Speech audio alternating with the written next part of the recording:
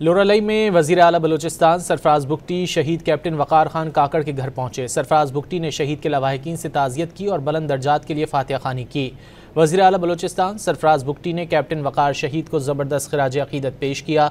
सरफराज बुगटी ने कहा कि बलूचिस्तान के 28,000 जवान पाक फ़ौज में खिदमात अंजाम दे रहे हैं। धरती पर जान निछावर करने वाले बहादुर सपूतों के मुक़द्दस खून के मक़रूज़ हैं।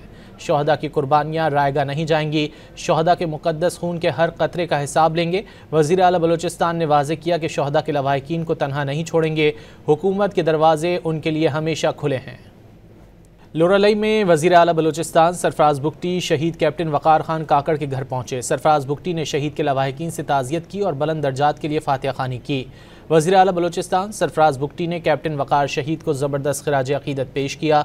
सरफराज बुगटी ने कहा कि बलूचिस्तान के 28,000 जवान पाक फ़ौज में खिदमात अंजाम दे रहे हैं। धरती पर जान निछावर करने वाले बहादुर सपूतों के मुक़द्दस खून के मक़रूज़ हैं।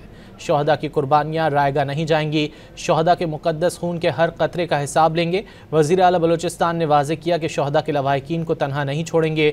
हुकूमत के दरवाजे उनके लिए हमेशा खुले हैं।